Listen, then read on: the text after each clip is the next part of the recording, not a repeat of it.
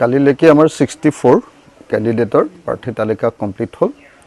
আজি আৰু 10জনমান প্ৰাৰ্থী সমষ্টিৰ প্ৰাৰ্থী আহি আছে।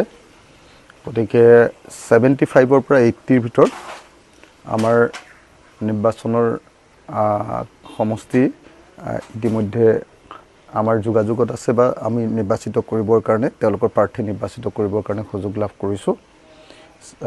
75 to 80ৰ ভিতৰত হ'ব। তো গতিকে সেই কাম চলি আছে। আজিৰ ভিতৰত আমি তৃতীয়খন তালিকা প্ৰস্তুত কৰিম আৰু কাইলৈ বা পৰহিলৈ ফাইনেল লিষ্টখন প্ৰকাশ কৰিম। মই ভাবোঁ যে গৌৰৱ গগৈ অসম বিধানসভালৈ অহাটো খুব প্ৰয়োজন। সেইকাৰণে মই গৌৰৱ গগৈক বিধানসভালৈ অহাটো বিচাৰোঁ। কিন্তু একেটা সময়তে মই কওঁ যে গৌৰৱ গগৈৰ সমষ্টি নিৰ্বাচনটো বহুত ভুল হৈছে।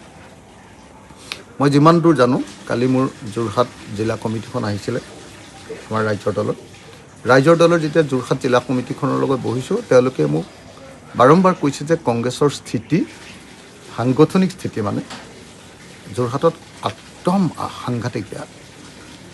আচলতে গৌৰৱ গগৈয়ে মোক তেওঁলোকে কৈ আছে যে গৌৰৱ গগৈ টিয়কত খেলিব লাগিছিলে, নহ'লে তিতাবৰত খেলিব লাগিছিলে, নহ'লে আটাইতকৈ ভাল সমষ্টিটো তেওঁৰ কাৰণে মাহমৰা আছিলে।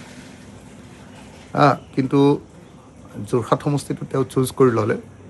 কিন্তু যোৰহাট সমষ্টিটোত মোক যোৰহাট জিলা কমিটিয়ে, আমাৰ জিলা কমিটিয়ে কোৱা মতে কংগ্ৰেছ দলৰ সাংগঠনিক স্থিতি একেবাৰে কম আৰু সেইকাৰণে এইটো এটা অত্যন্ত চেলেঞ্জিং চিট হয়।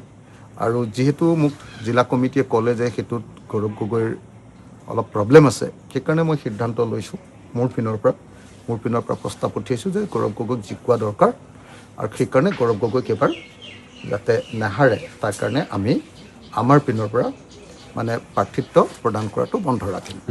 সেইটো মানে মই প্ৰস্তাৱহে দিছোঁ দেই, এতিয়ালৈকে পাছ হোৱা নাই। মই দললৈ প্ৰস্তাৱ দিছোঁ আৰু মোক দলে জনাইছে যে আজি দলে এই সম্পৰ্কে এখন মিটিং কৰিব আৰু তাৰ পাছতে সিদ্ধান্ত দিব। গৌৰৱ গগৈ আচলতে 2026ৰ কাৰণে ইলেকশ্যন খেলা নাই।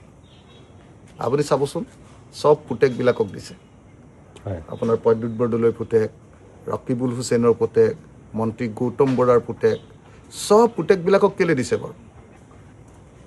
পুতেকবিলাকক এইকাৰণে দিছে যে 31ৰ নিৰ্বাচনৰ কাৰণে গৌৰৱ গগৈ নিজৰ টীমটো বনাই আছে।